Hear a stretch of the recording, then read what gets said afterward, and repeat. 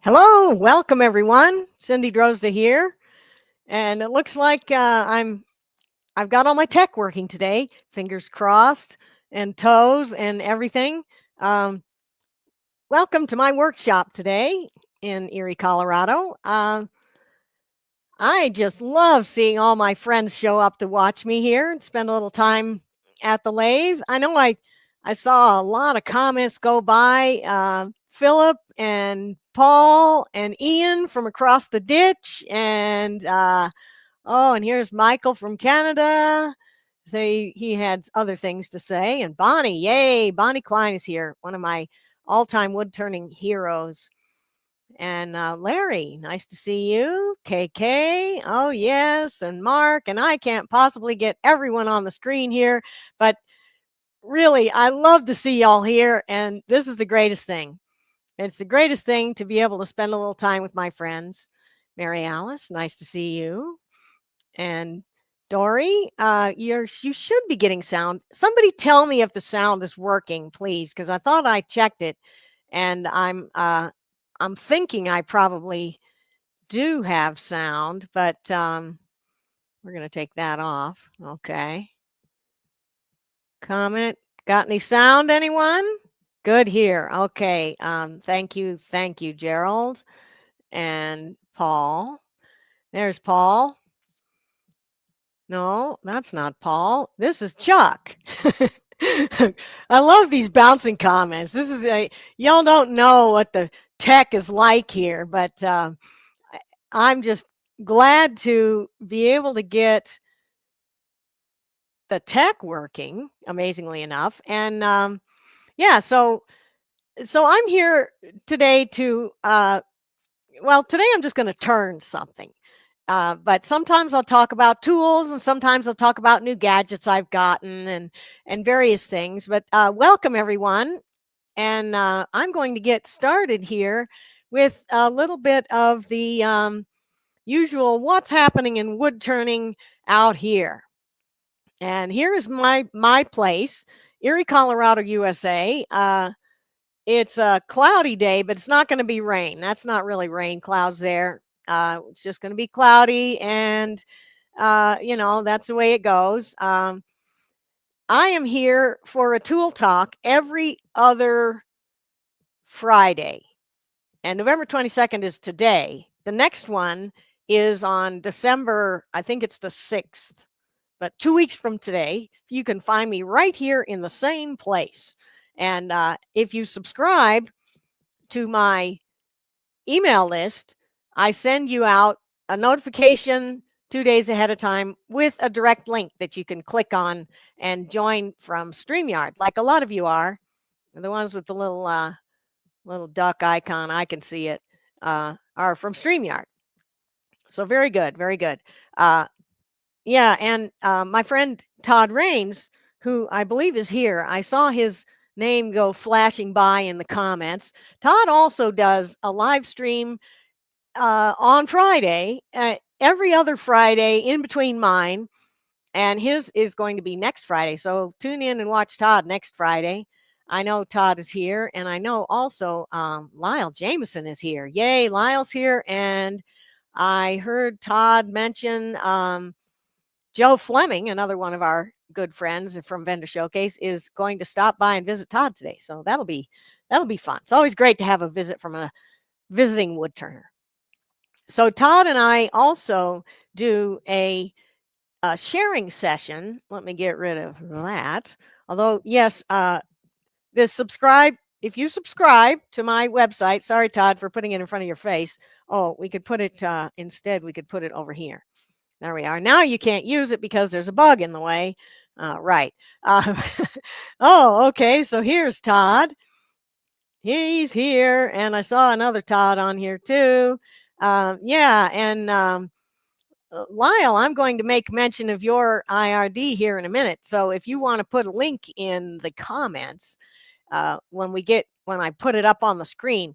So right now I'm telling you about every 5 weeks is what it turns out to be. Todd and I do an online Zoom sharing session. And what that is an opportunity for you to share what you've been working on, show us your latest piece, uh, put out a troubleshooting dilemma that you have to the community, and somebody will have a great idea for us all. I learned so much at these sessions because what people have to share and show is amazing. And links and advice and tips. Yeah. So subscribe to my list and you'll get the Zoom link 2 days before and 2 hours before by email. Or you can also subscribe to Todd's list and get it as well. Now, do I have a banner for that? I should. Hard to say, but it looks like I'm a little bit deficient in QR codes and banners today. So if Todd would like to put his contact in there, that would be good. And on December 10th, that is, when is that? It's in about 2 weeks, I think. Our friend Lyle Jameson is going to be doing an IRD online class on digging into the details of hollow form turning. And you can find where to sign up for that at lylejameson.com. So this is December 10th, and hopefully Lyle will put a clickable link in there for us so that anyone who doesn't copy it off the screen can get it by clicking in the comments. I'll be there. Wouldn't want to miss it. Lyle is one of the best at hollowing and talking about how to do hollowing. So digging into the details, that should be really something fun. And I am going to be back online doing a fun project on January 4th. That's a little ways from now. I know we're starting to get into the future. It's going to be a gilded sphere box. And I wanted to do gilding, but my feeling was that gilding all by itself doesn't appeal to everyone. It's kind of an extra thing and a little bit fiddly, although I do have some new techniques, new products to use that are way easier to do the gilding. And here's what the gilding is going to look like. Check this out. This Instacoal system for gilding is brilliant and glossy and smooth gilding like I've never gotten before. And I'm going to be doing the inside of the sphere box with this. I know the camera's giving us some weird distortion, isn't it? But look at that glossy gold. But in contrast, the edge was done with the typical gold size I usually use, and it's nowhere near as brilliant. So yes, look forward to that. I'll also be giving out my favorite sphere turning method, which is what I learned from Stuart Batty. And then a couple months later, Vendor Showcase is going to do a spring fling of some sort. We're in the planning stages right now, and we don't know what we're going to do, but we do know we're going to be there to share wood turning with you for 4 hours on Saturday, April 12th. And that's going to be Lyle Jameson and Todd Raines. And there's Todd's newsletter sign up for you. Joe Fleming, Vicki Jordan for John Jordan Wood Turning, Steve Worcester, turningwood.com.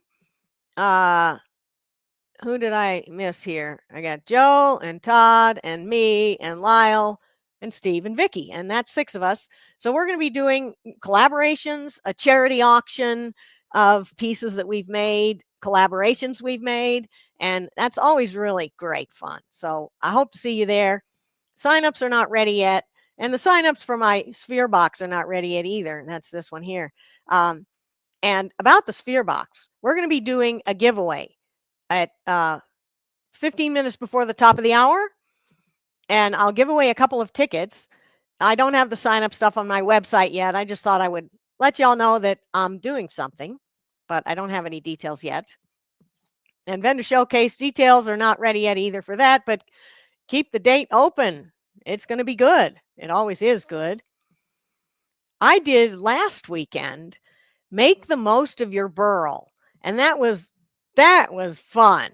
I made a bowl, this bowl here, out of a burl to show how I balance the natural edge so that I get it relatively even or even looking. I cut a few burls and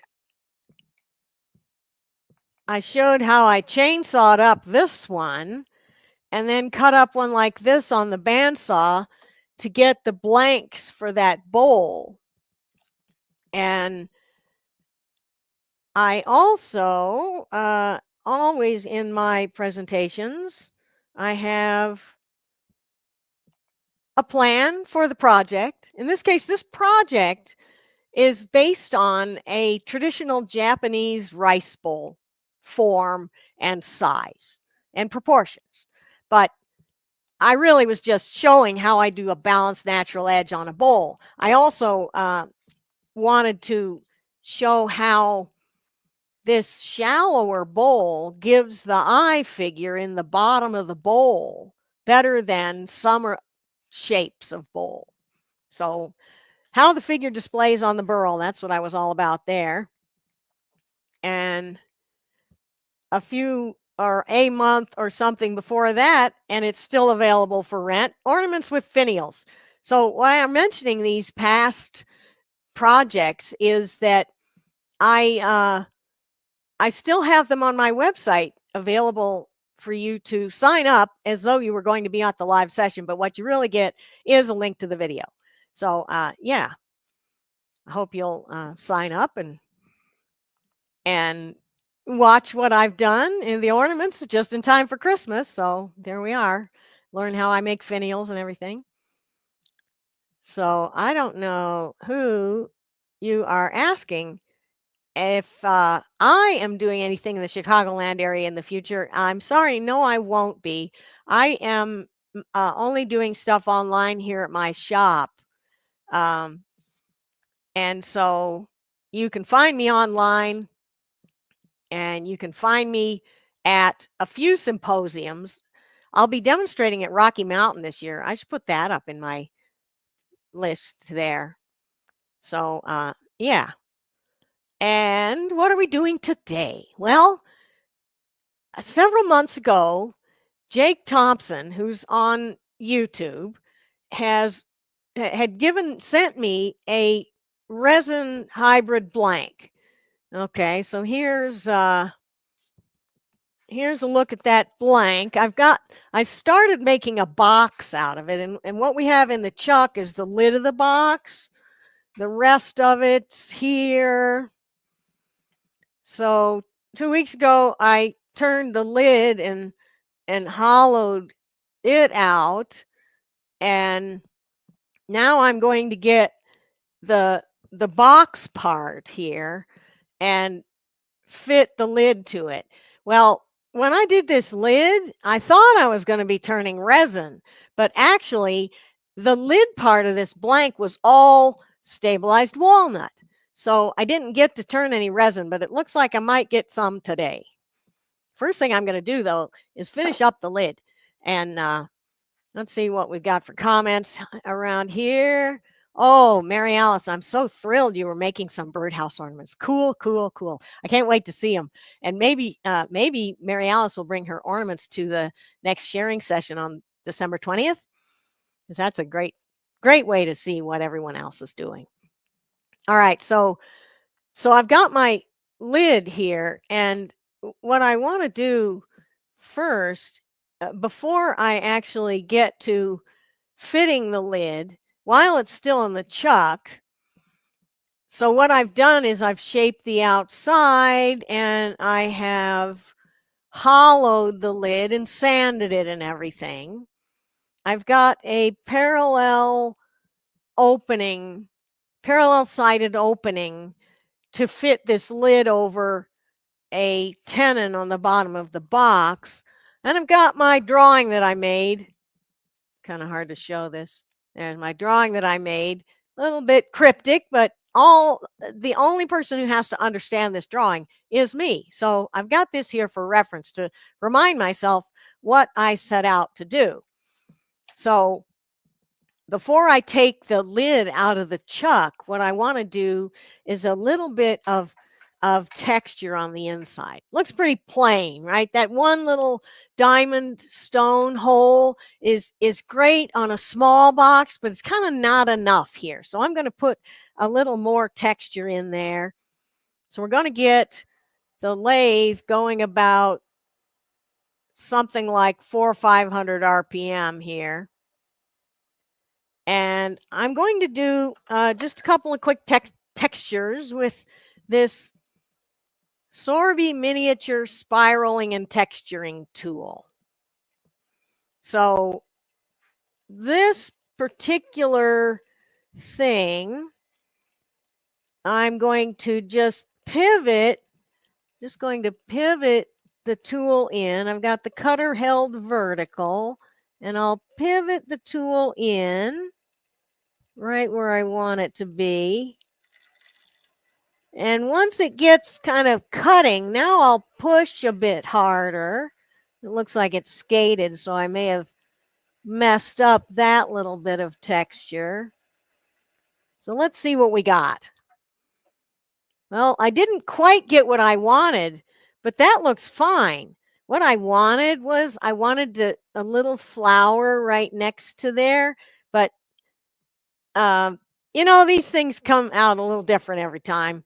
And the curved surface, the distance from the tool rest, the fact that I can't see in there very well, all contributes to everything. Now we're going to do another little bit here where I'm going to touch on, pivot, and roll up, and then dwell a little bit right there at the end. Let's see what we got now. Okay, well, that's pretty cool. All right, I like that. And I'm going to put now a little, usually I put a little V groove right at the end of the texture. No, I don't think I'll do that. This looks great just like it is. All right, so the inside of the lid is now ready for finish. And I'm going to take it out of the chuck and put the box in. And I could use the same chuck, but I've kind of got myself set up to use a different one. Thought I would use a different one. Well, it looks like we might get a little resin on the top of this lid. Hard to say. I'm not really thinking so. I think I'm going to end up cutting that all away. So the plan here is I'm going to jam chuck the lid on the box. We'll put the box on the headstock, and I have never done a resin box before. So we're just waiting to find out what it's like to have a jam fit, jam chuck, plastic to plastic. I'm not sure how that's going to go. And what I'm sort of hesitant about, doubtful of, is a jam chuck works by the compression of the fibers to sort of squish and grip the piece that's jammed onto it. Well, there's no squish in either the lid or the box here. And that could mean that it's a real fiddly jam fit. So we're going to find out here. This box is a live total experiment because I haven't done a resin box before. I have done a resin hollow ornament, and that's about as hollowing as I've ever gotten with resin or stabilized wood either. So lock the caliper after calipering the inside of my lid. And now I'm going to scribe that on the end of the piece. This is the box bottom here in the chuck. And I'm going to make a mark with the point of the caliper, this one here, closest to me, and then another mark and another one and another one until I get a mark that both points of the caliper would fit in on the diameter line. So that'll be my tenon size. And you'll notice I made all my waist scribe lines on the outside, which is the waist here. Now I want to, and what I'll usually do if it was a piece of wood, is I'd be taking a peeling cutter, like a beading and parting tool, and peeling in down till I got to the diameter of my scribe line. So let's see if that even works on resin. The other thing about resin is, do I want to turn it at the same speed? Well, I think the peeling cut's going to work fine. Peeling cut. You can't really see the tool too well here. Let's go on over there. Peeling cut is raise the handle until the bevel is cutting. And we'll just go down, down, down until I get pretty close to that line. Boy, one thing you really learn with resin is even if you don't think the work is dangerous, wear a face shield, because otherwise you end up with shavings everywhere. So I hope the audio is still okay now. At least I won't get a face full of peeling cut. The joys of turning resin, right? Don't we love it? I'm hoping I will love it because the results will be worth it. But right now I'm a little bit doubtful about this. So to do my jam fit, usually what I'll do now is I'll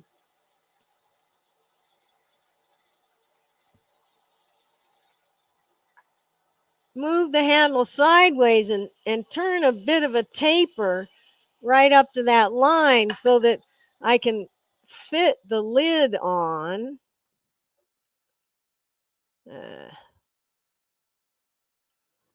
That's better.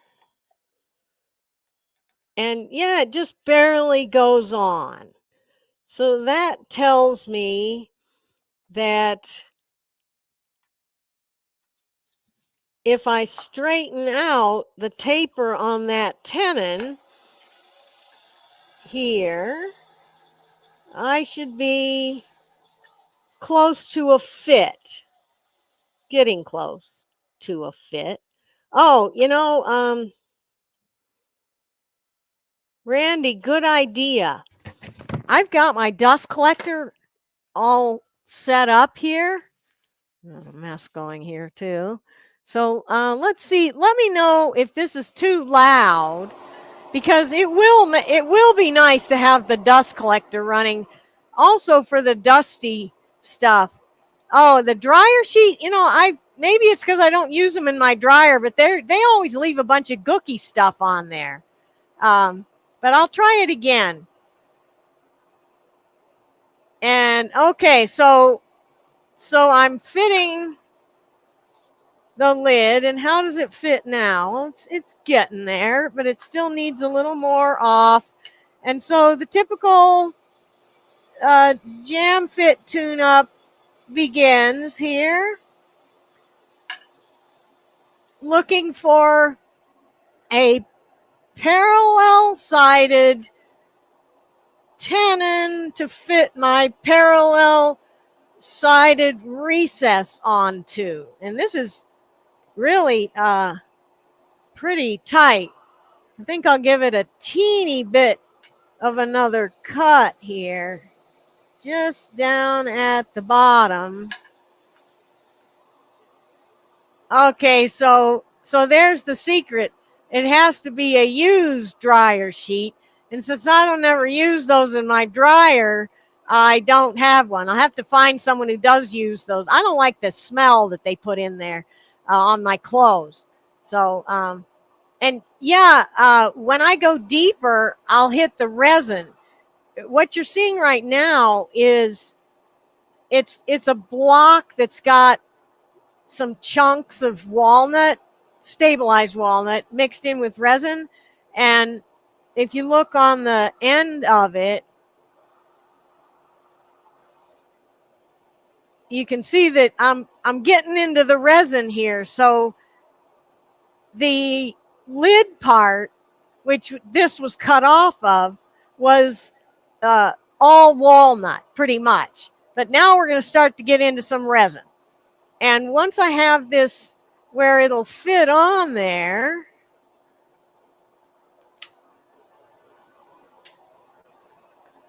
I don't want it to fit on there so tight I can't ever get it off. I mean, that I'm not going to have this nice handle to hold on to or break into pieces in another few minutes. So I think I need to loosen it up a bit. And it may be that the tactic I'll want to use is to make the fit a teeny bit loose and put a piece of paper in the fit. So that's a really nice jam fit, but what about getting it off? I'd like to practice before I actually have a problem with it. Let's go over here, and my volume's a bit high, I think. Okay, that'll be better. So to get it off, once this is all turned away, I'm going to need to get my fingers in here, in between, and it's really not too good because I won't have this leverage. Let's try shaping the box a little bit now first. So here comes more big old resin shavings. I'm going to use my bowl gouge, but I'm also going to show some other tools I might want to use here. And I think I do probably, I don't know where the shavings go with a bowl gouge, but we'll just get the face shield out. And I'm truing it up now with the wing of my bowl gouge just to get the surface smoothed out, because when you put it back in the chuck, it's not going to be necessarily spinning true.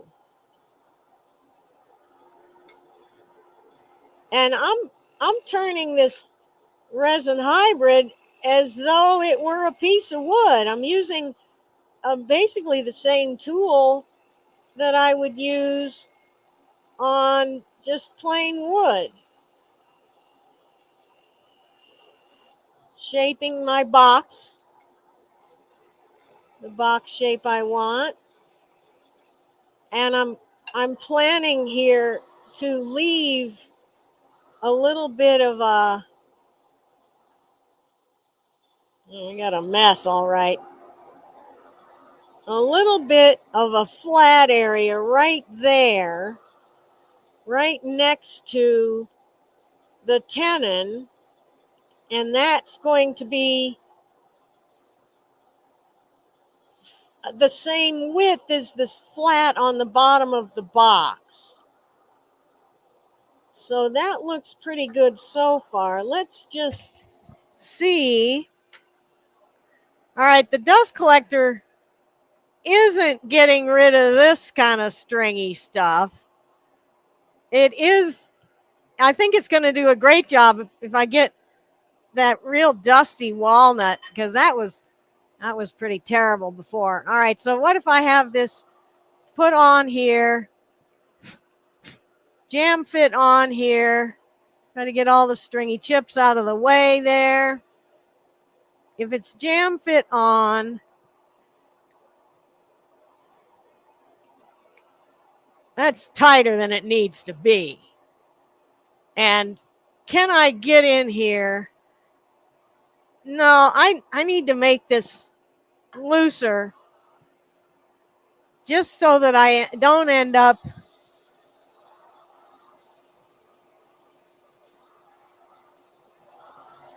never getting it apart.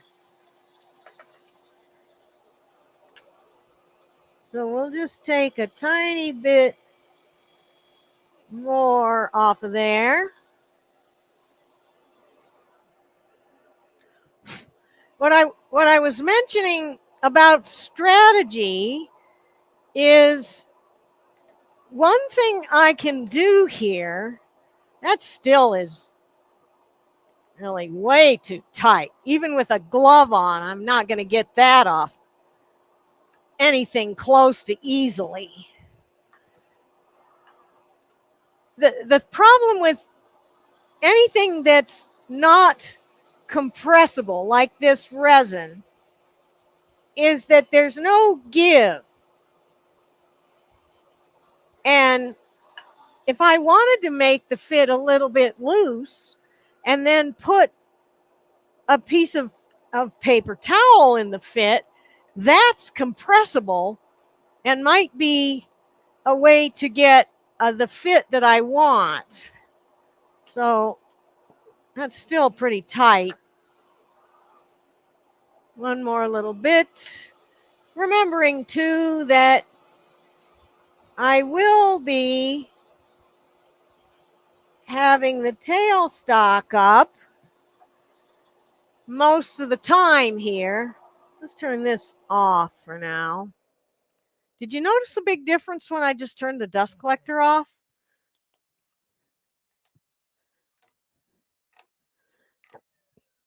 All right, that's giving me more confidence. Oh, you didn't notice when I turned the dust collector off. Cool. Well, that is great because I like being able to use that dust collector. All right, so that's a good fit. I think this is going to work fine. I'm actually surprised. I thought that the jam fit was going to be different, more difficult. So we'll do a little more shaping on the outside. And my drawing tells me that I want about 3.5 inches, which is about 85 millimeters total for my box. So that's what we've got here. So this is good. I'm aiming for the end of the piece in the chuck, the end of the piece. So I'm not planning to part it off. The bottom of the box is going to be the bottom of that blank right there. So I'm going to put a little foot on the bottom. So we're doing, now let's try some different tools here. This one is a Hunter carbide called Osprey, and I used it on Banksia pods to very good advantage because Banksia pods are abrasive. So this is doing a nice job. I'm using it just like a gouge, bevel rubbing as though it had a flute. And I can take a pretty heavy cut with this. That's pretty good. All right, dust collector back on. Face shield back on. Chips hopefully off.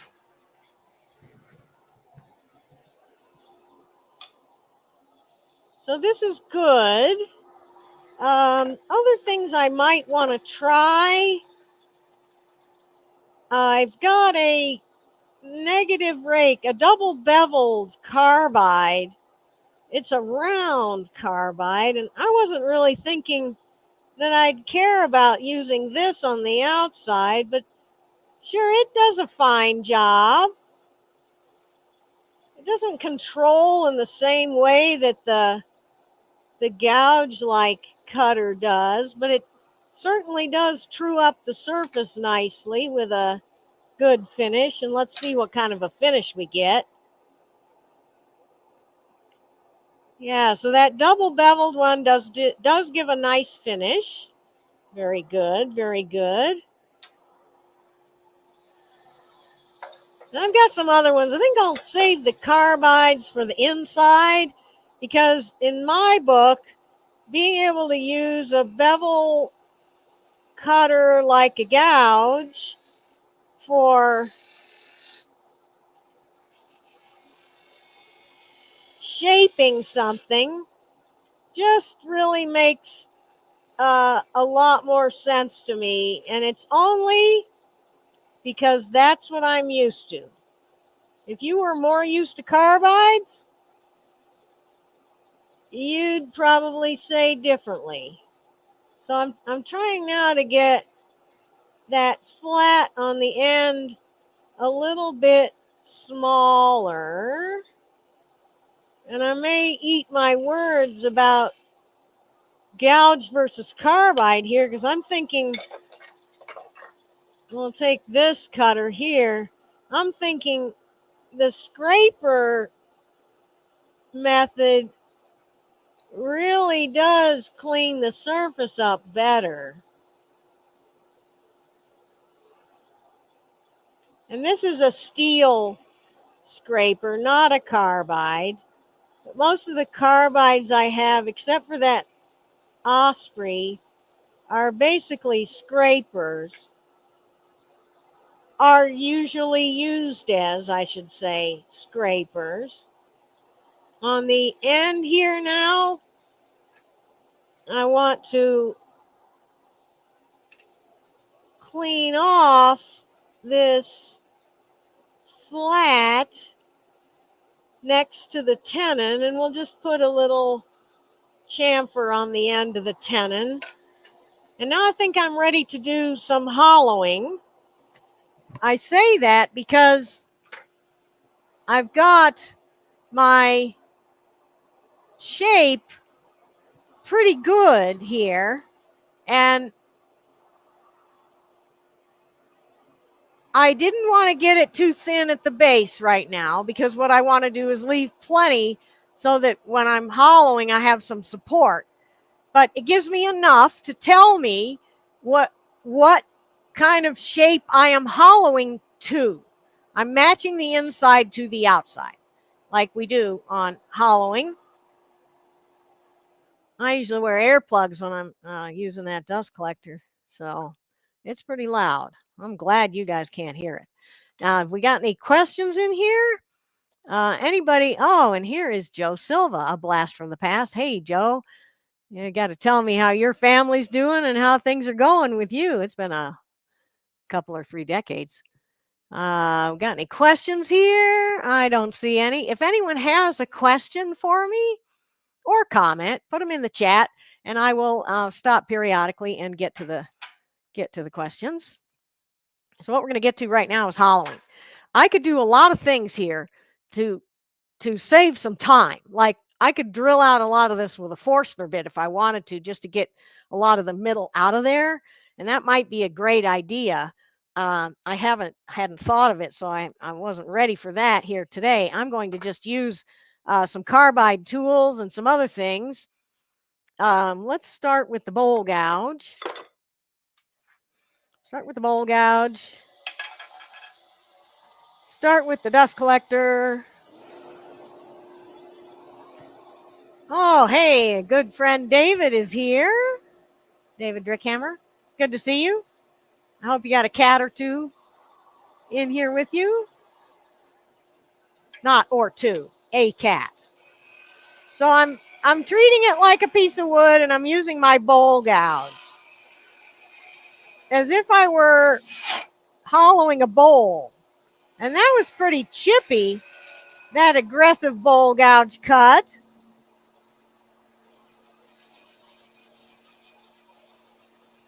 if I slow my feed rate down, it's a little gentler.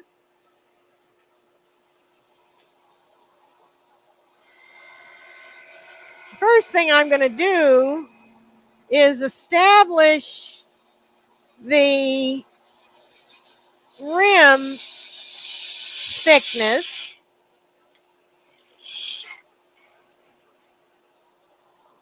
Here at the opening with an entry cut. Let's get over here. Entry cuts.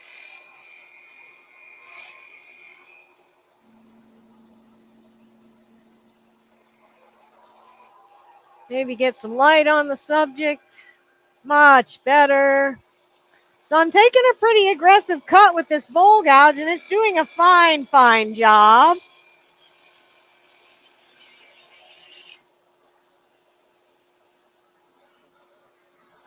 The resin chips piling up.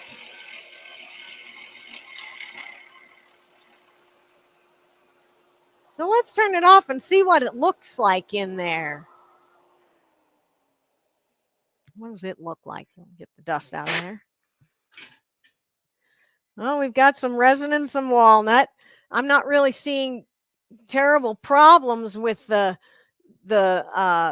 difference in density between the wood and the resin. I've got a couple of comments here. Is there a difference in how I turn stabilized wood versus resin or resin hybrids? And do stabilized blanks, as in stabilized wood, produce the same kinds of shavings as resin? No.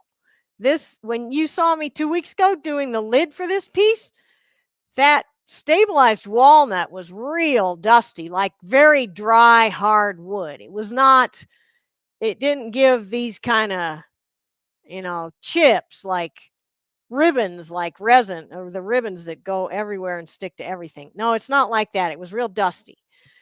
So yeah, there's a difference, but like I said, I wasn't really noticing a huge difference in the densities that it caused me trouble. I was able to just cut right through them. The angle on the bowl gouge is 40 degrees, tip and wings. My target thickness. And, Andrea, I haven't made a box out of resin before, so I don't know.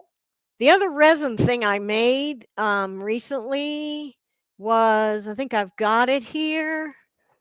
I hollowed an ornament globe out of resin.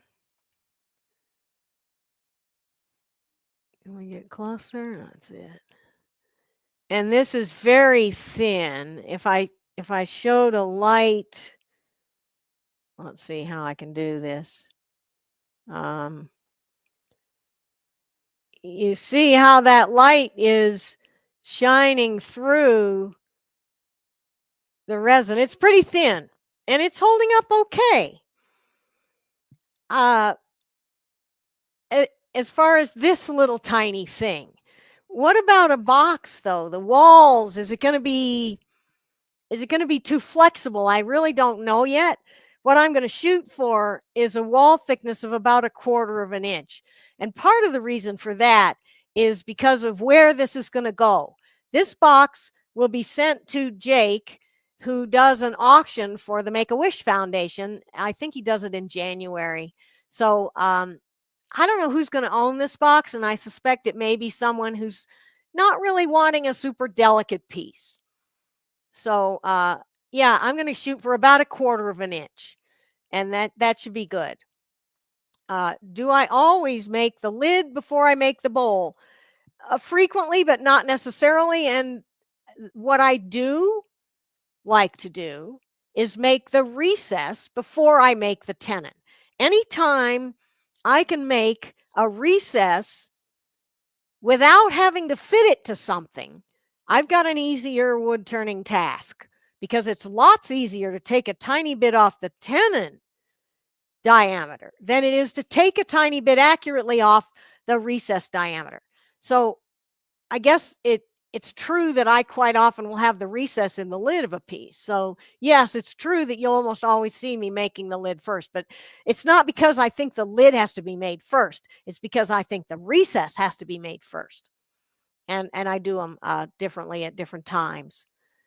Okay, there was another question about what size handle, and the handle size that I use for, he's asking about the vortex tool specifically. The vortex tool or a spindle gouge for doing finials, anything that I'm working right up next to the piece on small diameters, I am going to want a 5 to 7 inch handle. Here's my vortex tool right here. Love this handle. Garce Duplessis made this. It's let's see how long it is. It's about 5.5 inches long, or about 140 millimeters, and this is fine. It's longer than it needs to be. All I need is enough room for my hand. So, what I don't want is a handle that weighs a lot, because when there's a big weight of handle, and I've got my small piece, and I've got my tool rest up really close, and I'm making small motions up here at the tool rest end, if I have a great big long heavy handle on the other end of the tool rest, it's just much harder to control the little tiny motions up near the piece. So I will get a very lightweight, like wood, and short handle for a spindle gouge or a vortex, or even probably a small bowl gouge sometimes. All right, so what else have we got? Okay, so, oh, this is a good one. Todd's 4-inch modular handle. It's only 4 inches long. I've got one of those here. Or at least I've got the section of it. So this is a 4-inch handle. It's got this is a screw-in thing, and this is another screw-in end cap, which you don't need, but that's enough. That's enough for my hand to grip. This is a little bigger in diameter than my particular small hands are ideal for, but yeah, and that's a great way to go. And this modular handle, now I can take it, and what I took it off of was this longer handle that I'm using on the Jimmy Clues mate tool. So when you have a modular thing like this, you can use just that section for a small tool. Anyway, that's a good idea. Yes, thank you. And what else have we got here? Am I seeing chip out with the gouge? Yes, if I try to push too hard. I don't know if you noticed that when I was doing this inside here, I did feel a big chip out, and you can see where it's kind of rough right there. That's some tear out. But yeah, it does tend to chip. I'm just trying to remove the middle, so right now I'm not too worried. But yes, good point that double beveled negative rake tools will be easier to cut. If you decided to turn agate is pretty hard, and I think you would need diamond, or maybe carbide would do it. I'm not sure if carbide would do it. Try it and see. But steel, I doubt it. There are some stones that are fairly soft that you can turn with hard steel tools, but not many. So stabilizing the wood is only able to be done on very, very dry wood. If there's any moisture in the wood at all, the stabilizing won't work. It'll just bubble and foam, because you have to have nothing but air in the cells of the wood so that the resin can go in there. so that the vacuum can draw the air out of the cells and not be drawing any water out. So what they all say about stabilizing wood is you need to cook it in the oven and then take it out of the oven and immediately dunk it in the stabilizing solution. Otherwise, the water is a problem. So no matter what your moisture content is, start with drying it out and don't plan on there being any moisture in there. So the auctions start after Christmas. Okay. Oh, weekly for several months. Good. Well, I guess I'm going to get a little bit done on this every 2 weeks, and after a while, I'll have something done. And yes, look on Michael. If you could post in the chat, if you could put Jake's YouTube so everybody knows who I'm talking about. Jake Thompson, he does a thing on Saturday morning called Saturday Morning Cartoons. It's pretty fun. And he's a resin guy.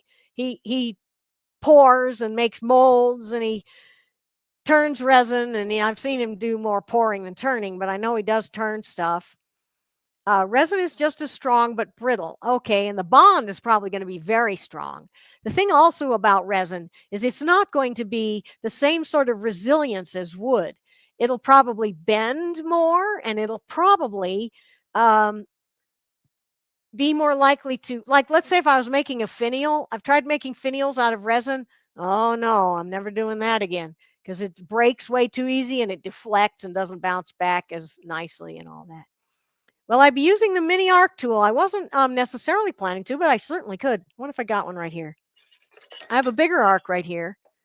But yeah, it's a double beveled tool that would probably be very good for this. Yeah. Okay. So I don't know what I did with my mini arc tool. It's got to be around here somewhere. I was just using it.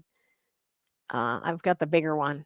All right. So we're getting close to time to do something. I plan these sessions to be about an hour, and we're at 50 minutes now. So what I want to do is a giveaway. And where did I put it? We're going to draw 2 tickets for my Gilded Sphere box presentation on January 4th. And what you got to do is type #spheres in the comments. Wait. Don't do it just yet. I've got to click the, I've got this thing here. Where is it? Up here. I've got to click start collecting comments. Now we're ready to go. So go ahead now and put your #spheres in the comments, and you will be in the raffle to win a ticket. 2 people. Now, Larry, where did you go? Larry, you spelled it wrong. Do it again. If you get it wrong, if you don't put the hashtag in there, you put a space in there or something, just do it again. And you can't cheat and enter a million times and have a million chances to win either. Okay, so Larry got it corrected. Very good. Very good. Yeah. It's not case sensitive, but spaces don't work. And you got to have all the letters in the right order. Like Ward, you got to put another character in there. So just do it again. Do it again.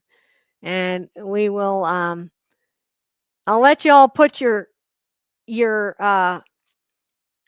entries in, and I will take another cut on the inside of this box because I'm not out to the rim yet, and I'm really actually not doing any hollowing per se yet. Let's very good. Correction. Very good. Okay. All right. Oh, Todd, you probably have the best luck, but very generous of you. If you win, you're gonna see. Because the reason Todd says that is because he's gonna be at my presentation. He's the co-host, right? So if he wins, it's useless. Let's do a little bit of more turning here. I'm still just using my bowl gouge, but when I get up to that rim, and we need dust collection for sure. when I get up near that rim, I might be thinking I'd kind of like to have a carbide scraper because it might be a little friendlier for the uh, refining that rim. In other words, not as much of a chance of skating sideways. And the bowl gouge is starting to get a little bit on the dull side.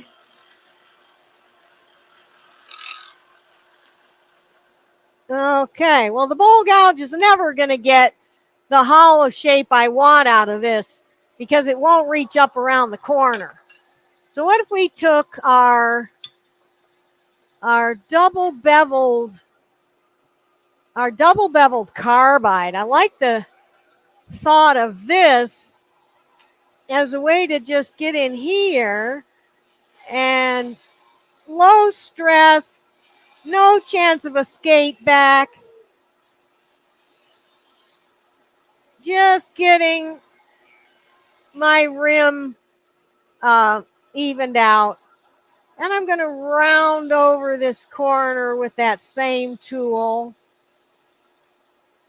Now we can use this tool to get in here and start undercutting and hollowing.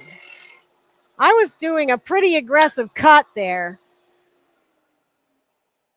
Let's blow it out and see what we reveal. So there's some wood and some resin. This is good.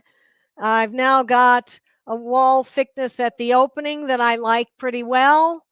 And I just started with that tool trying to get what will be underneath this undercut area.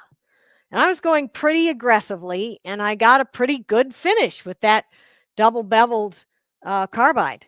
So lots of other options. I'm sure a double beveled steel would be nice too. Yeah, let's do that. Just a few little passes with the double beveled steel tool of my choice for an undercut rim. And also you'll notice that I have slowed the lathe down a bit. It's not going at a million RPMs. Now that was a little grabby. Did you see that? That was a little grabbier than this tool usually is. This tool is also a double beveled tool, but it's grabbier than this carbide. I believe the reason would be that the carbide has got a more obtuse included angle, and that'll make it less aggressive. So there we are. Carbide, double beveled carbide wins the day today. All right, so we're ready to draw for a winner or two. We're going to have two winners. And let's, I guess I could leave that up there. Sure, you can type in. So we're about ready to get done here. Yeah, Michael, you and me both turning agates. That should be really cool. I don't know. I don't know what you'd use. There's got to be a way to do it. Diamond? Wet grinding? Yeah, maybe. And yes. Does the resin dull high-speed steel faster? I am suspecting so. The tool that I was using, the steel gouge I was using, is actually A11 CPM 10V Thompson steel, and it is harder than your average high-speed steel. And you know, everything dulls the tools at different rates. Burls tend to dull the tools kind of faster also because they have bark mixed in, and so lots of factors. I'm thinking that walnut is dulling the tools more so than the actual plastic resin.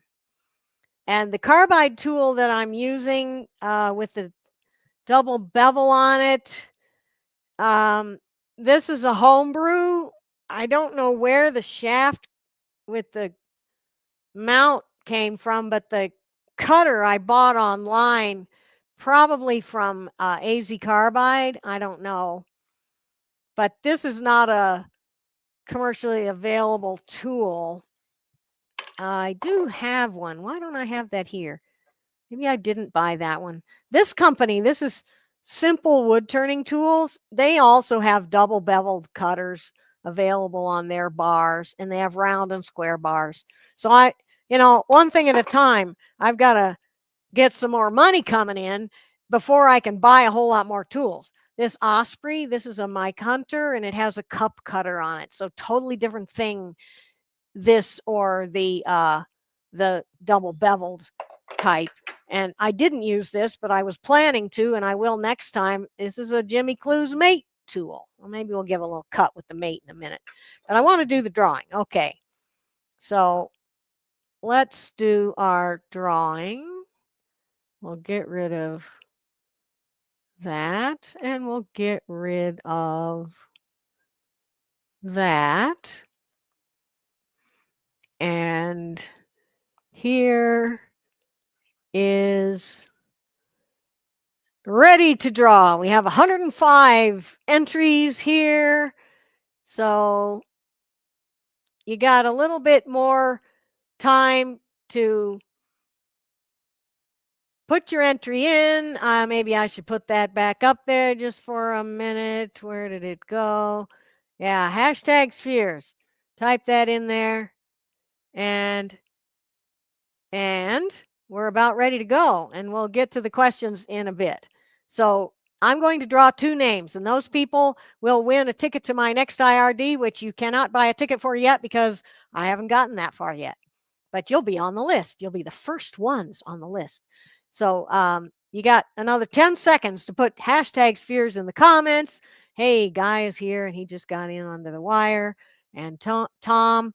All right, so we're going to draw twice. So 3, 2, 1, go. Okay, and who is going to be our lucky winner today? Yay, Epoxy Wood, whoever that is. Epoxy Wood, I am not going to know who you are, so you're going to have to get a hold of me, and you can do that by sending me an email. Where's that now? Email me, please, so that I know who you are. And we're going to make another drawing. So you got a few seconds. We draw again. Winner number 2. I still haven't figured that program out. I thought I'd have a second or two between that. Yay, Skip Slumsky. Congratulations, Skip. I don't believe I know your email address, so you're going to need to email me also. Please do. And anyone else can email me if you have questions or comments or anything to do with wood turning. I am always out there and eager to talk about wood turning. Okay, so agate isn't that hard, huh? 6.5 to 7. It's tough, which is not the same as hardness. Absolutely. Well, yeah, Mark, let us know how it works. And Joe, if you do it, let us know how it works. So, who is Epoxy Wood? Are you here still, Mr. or Mrs. Epoxy Wood? Okay. Yeah, so Kurt says diamond or grinding wheels. Cutting and polishing done with water. Yeah, I can imagine that. So some kind of diamond cutter. You might have some amount of luck depending on how much shaping you're going to do, using a diamond dressing thing that we use for dressing our old stone grinding wheels. Yeah, so that could be really fun. Wasn't there another comment, question somewhere? Maybe not. If you have a question and I missed it, I didn't mean to. I just got all carried away here. So yeah, email me anytime. And I want to leave you all with an invitation to join me next 2 weeks from today for another Tool Talk Live, and join my friend Todd next week. Let's get rid of the banner there for now. And so you can see when Todd's thing is. So join my friend Todd next Friday, and then me the Friday after that, and then we've got a sharing session on the 20th, which is a Zoom meeting for you to share what you've been up to, and please go to that. The way to get there is to subscribe. No, that doesn't work. Subscribe. Sorry, Todd. Your face is just in the wrong place today. On my website or Todd's, and he put his in the chat comments a while back, but woodturningtoolstore.com, you can find him easily. And then also get that out of there. Our friend Lyle Jameson is doing a presentation on digging into the details of hollow form turning, December 10th, which is about 2 weeks from now. So I hope to see y'all there. And I am going to be sharing what I know about turning spheres, making a sphere box, and gilding the inside. Like, I got to show this again, just because this gilding technique is so fabulous. This is Instacol by Kollner, made in Germany. And I get the greatest glossy, smooth, gilded surface. And when you take your sphere box and open it up and it just blasts you with gold, yeah. Okay. And then last but not least, in several months, look for Vendor Showcase, April 12th. That's a Saturday, noon to 4 p.m. Eastern. Yeah, good stuff. And of course, you know that you can go to my website and find videos for rent and all that stuff too. Question here. 1/2-inch scraper and 3/8 Badan. Yes, I would use a 3/8 when I didn't want to take as wide of a cut. And the Badan is traditionally a single bevel grind cutting tool. Now, I've used a Badan as a scraper in the past, but they're really, if you call it a Badan, you're suggesting that you use it like a skew that doesn't have a skew angle on it and only has one bevel. That's the traditional Badan kind of a thing. I don't actually know how to use that tool very well, so can't tell you anything about it. Take a class with Jean-Francois Escalin, and he'll show you all about it. A 1/2-inch scraper is going to contact more wood and might be grabbier because there's more wood cut at the same time. So I can't really say, yeah, I would use them for different things for sure. And depends on the shape of both of them. All right, so I'm going to go do a little more cutting with the mate because I just wanted to see, how it goes. So we're going to get Jimmy Clue's mate tool, which is a carbide cup cutter, and we're going to see how it behaves in here. And yeah, it's a little grabby. I don't need to be that aggressive with it.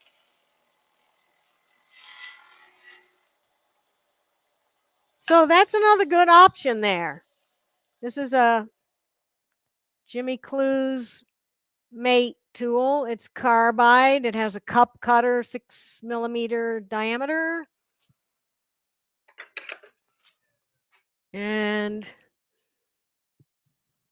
what kind of finish did we get off the mate?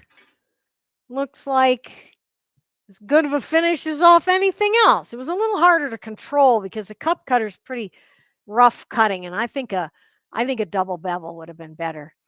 Oh, KK, thank you so much for this comment. Todd's face was in the wrong place today, but his heart is always in the right place. Absolutely. And on that note, I am going to leave you all and invite you back 2 weeks from today, same time, same channel. and we will have some more fun. Thank you all for being here. Bye bye.